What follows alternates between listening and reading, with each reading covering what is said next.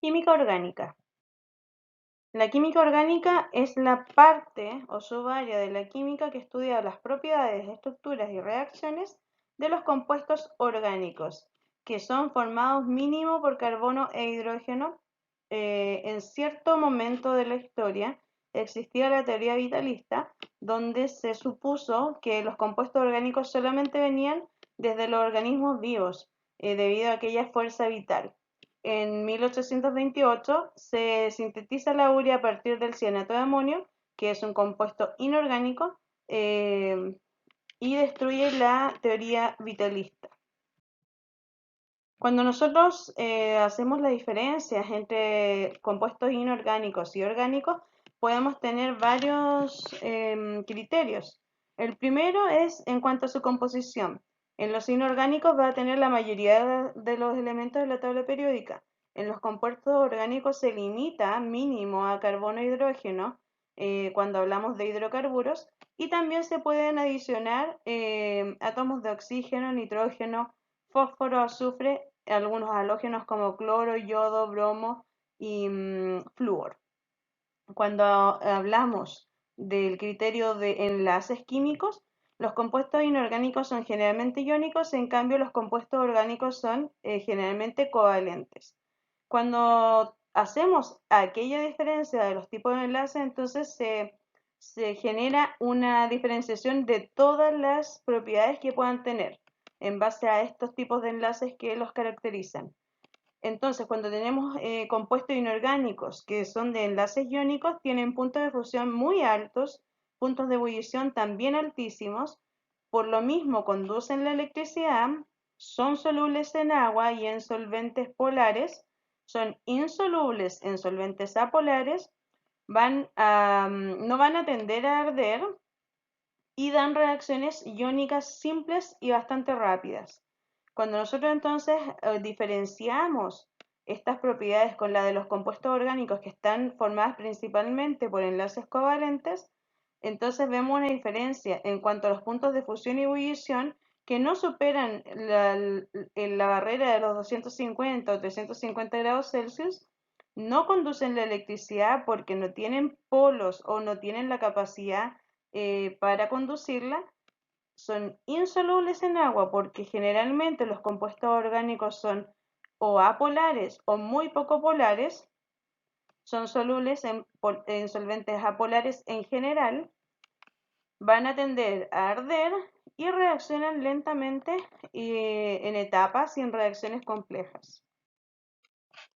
El átomo de carbono tiene varias características. Bueno, las formas alotrópicas son diamante, grafito, fulereno y nanotubos, las principales que se conocen.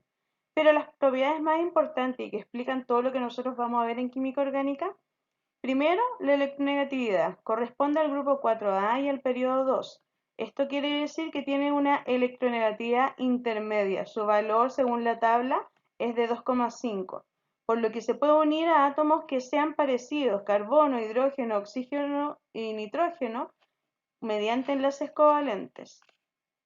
Y la tetravalencia, que indica que puede enlazarse por hibridación sp3 máximo a 4 átomos, es decir, el carbono puede formar 4 enlaces como máximo.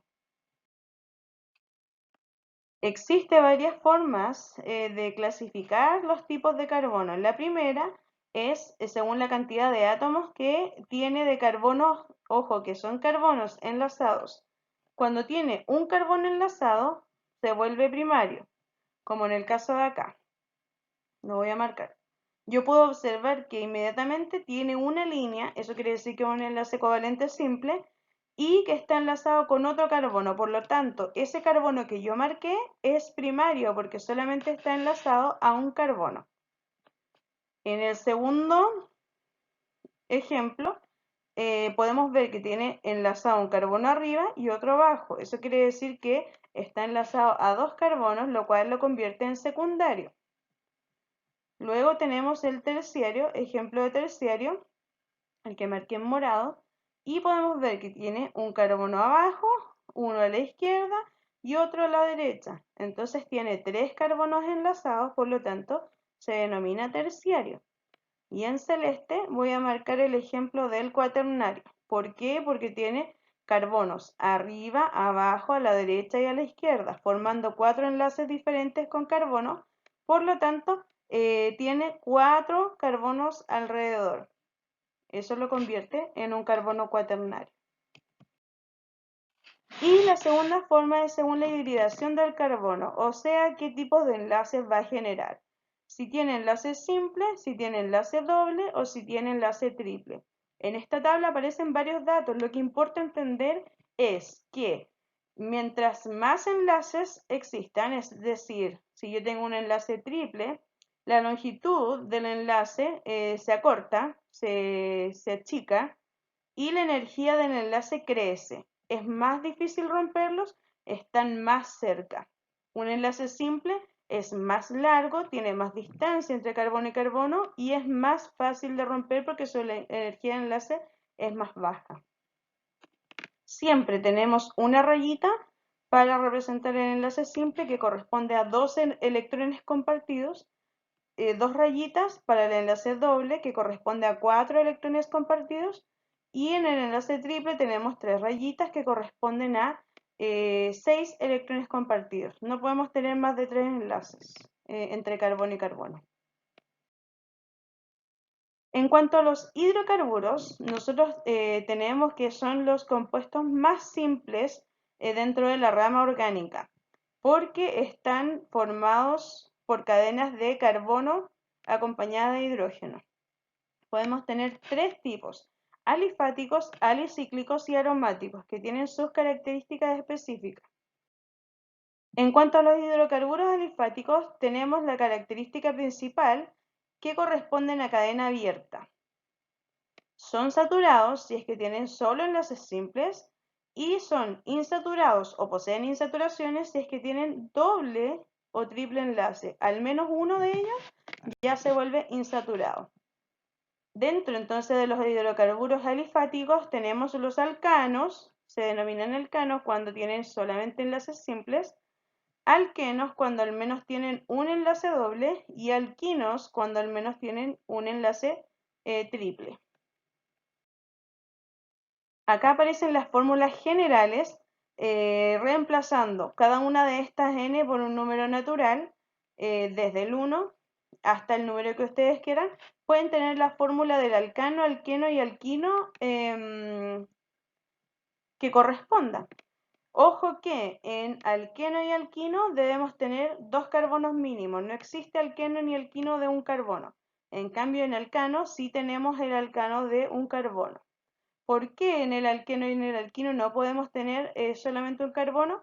Porque recuerden que el doble y triple enlace tiene que ser entre carbono y carbono. Por lo tanto, si yo tengo un carbono, no puedo generar enlace doble ni triple.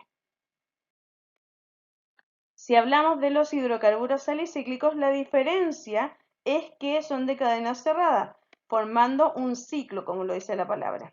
Nosotros vamos a tener ciclos que tienen una representación de figura geométrica desde el triángulo hacia adelante. En este caso, la diferencia es que nosotros no podemos tener alicíclicos o ciclo alcano, ciclo alqueno o ciclo alquino de 1 o 2 carbonos. Tiene que ir desde 3 en adelante, sí o sí. Y acá tenemos las fórmulas para poder generar cualquier hidrocarburo alicíclico que queramos. Cuando hablamos de los hidrocarburos aromáticos, ya tenemos una estructura específica que corresponde al benceno. Van a ser entonces aquellos que tienen la estructura básica del benceno, sí o sí. El benceno consta de una cadena de 6 carbonos que es cerrada. Nosotros podemos ver que tiene 6 carbonos marcados en rojo y hay dobles enlaces conjugados. Estos dobles enlaces se mueven a través de la molécula y generan un efecto que se llama resonancia. Eso quiere decir que está en constante movimiento y por lo tanto esos dobles enlaces conjugados se resumen como una pelotita que aparece acá. Quiere decir que los electrones se están moviendo constantemente formando como un ciclo de movimiento. El resumen entonces de esta molécula podría ser el hexágono con la pelotita al medio, sin siquiera colocar los hidrógenos, ¿ya? Nosotros podemos tener la fórmula completa extendida como estructura, un poco más resumida y resumida total cuando los hidrógenos los ocultamos. La nomenclatura de los hidrocarburos en un inicio se realizaba de acuerdo al descubrimiento realizado. Entonces se colocaba un nombre asociado al origen. Por ejemplo, en el caso del limoneno, porque provenía de los limones, ¿ya? Obviamente que era muy difícil recordar todos los nombres tan específicos, por lo tanto se generó un sistema que se llama nomenclatura. Y nosotros vamos a estudiar la nomenclatura UPAC. Las reglas de nomenclatura están expresadas acá. Lo primero que debemos hacer es elegir la cadena más larga posible. No siempre se va a poder elegir la cadena más larga porque si nosotros tenemos un doble o triple enlace, esa cadena, ese doble o triple enlace debe estar incluido en la cadena. Entonces, si nos hacen elegir entre la cadena más larga y una cadena quizás que no es tan larga, y si contiene el doble o triple enlace, yo voy a tener que elegir aquella que los contenga y no la más larga. Tiene como una preferencia el doble y triple enlace. ¿Ya? En ese caso, el doble o triple enlace debe tener la menor numeración posible. Nosotros vamos a numerar los carbonos de izquierda a derecha o de derecha a izquierda o según como veamos la figura de manera que siempre se coloquen los menores números posibles para aquellas cosas que debamos indicar, posición. Número 2. Si hay dos cadenas de igual longitud, debemos elegir la más ramificada o con más sustituyentes. Dentro de la cadena principal que nosotros elijamos, podemos tener distintos hidrocarburos hacia arriba o hacia abajo de la molécula, de la estructura, y esas son las ramificaciones o sustituyentes. Número 3. Debemos numerar los carbonos desde el sustituyente más cercano al inicio de la cadena, teniendo la menor combinación posible.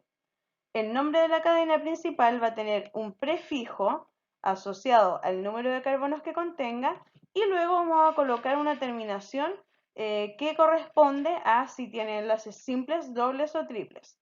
Por ejemplo, si la molécula alicíclica, si estamos hablando de un alicíclico, vamos a anteponer la palabra ciclo al prefijo.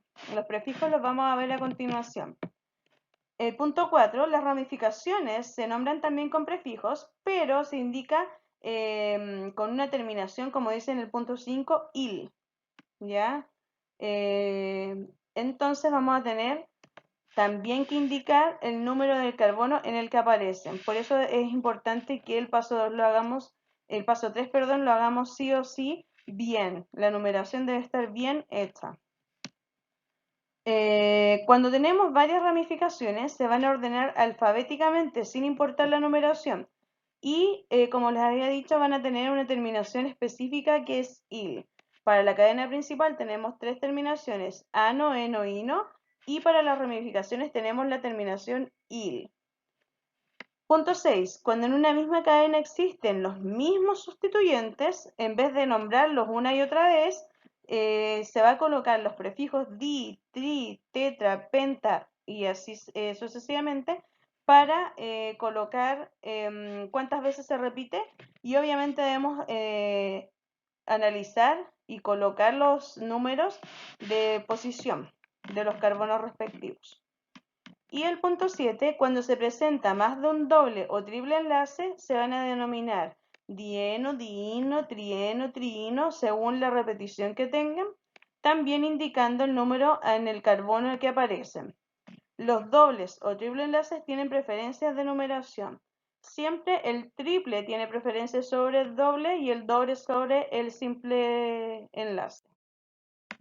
Los prefijos de nomenclatura son los siguientes, los que nosotros vamos a ocupar. Del 1 al 10 generalmente ocupamos, del 11 al 20 o más se ocupan pocas veces. Cuando tenemos en la cadena un carbono, un átomo de carbono, el prefijo es met. Cuando tenemos dos es et. Cuando tenemos tres se va a llamar prop. 4 but, 5 pent, 6 ex, 7 ept, 8 oct y 9 non y 10 dec o des. ¿Ya? Desde el 11 hasta el 20 generalmente yo no lo ocupo. Estas son las terminaciones que se ocupan para la cadena principal. Cuando tengamos la terminación ano, quiere decir que solamente tenemos enlaces simples en la molécula. Cuando veamos la terminación eno, quiere decir que tiene al menos un enlace doble. Y la terminación ino corresponde a cuando tenemos al menos un enlace triple. Existen varios tipos de fórmula: la molecular, la empírica, la estructural, la condensada. Y nosotros podemos ver entonces las diferencias.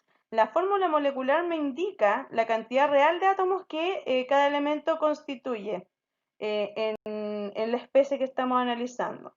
La estructural me indica cómo están todos los enlaces y todos los elementos participantes.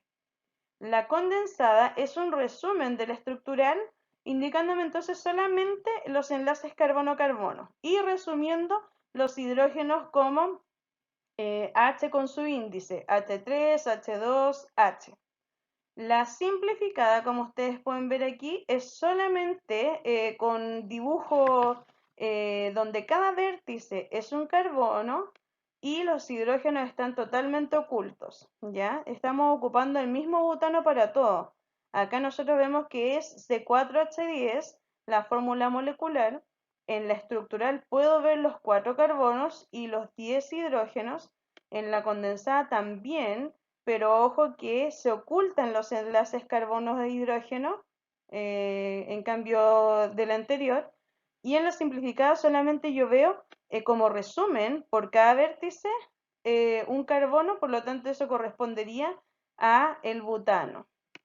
Y la fórmula empírica es el resumen de la fórmula molecular, es decir, la forma más simple. Nosotros vamos a expresar la proporción mínima de los elementos participantes. Si yo tengo C4H10, eso yo lo puedo simplificar en 2, dividiendo el 4 en 2 me da 2 y el 10 en 2 me da 5. Por lo tanto, la fórmula empírica o mínima proporción sería C2H5 para este butano. Esos son los diferentes tipos de fórmula. Generalmente nosotros ocupamos la condensada y la simplificada, cuando ya se domina bastante mejor la materia. Acá nosotros podemos ver los ejemplos de los primeros 10 hidrocarburos. El metano corresponde al hidrocarburo que tiene un carbono. El etano es aquel que tiene 2 carbonos, como ustedes pueden ver aquí. Y de ahí para abajo podemos relacionar entonces el prefijo con la cantidad de carbono respectiva.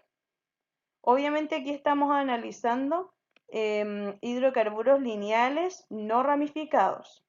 Ya tenemos de metano, etano, propano, butano, pentano, hexano, heptano, octano, nonano, decano, de 1 a 10 carbonos y solamente de manera lineal. Cuando tenemos radicales o sustituyentes, existen algunos específicos, ¿ya? Estos los vamos a emplear cuando los veamos exactamente de esta forma. Tenemos este radical que es lineal y se denomina propilo o propil. Cuando este radical está unido por un carbono, digamos como terciario aquí, sería isopropil o isopropilo. Este sería el butil o N-butilo. Ya podemos usar la nomenclatura semitrivial o la sistemática, cualquiera de las dos. Acá tenemos el isobutilo y solamente lo vamos a emplear cuando se vean exactamente cómo lo estamos presentando. El sec-butilo, que corresponde al butilo pero unido como carbono secundario, ¿ya? Y el ter-butilo cuando está unido de manera terciaria.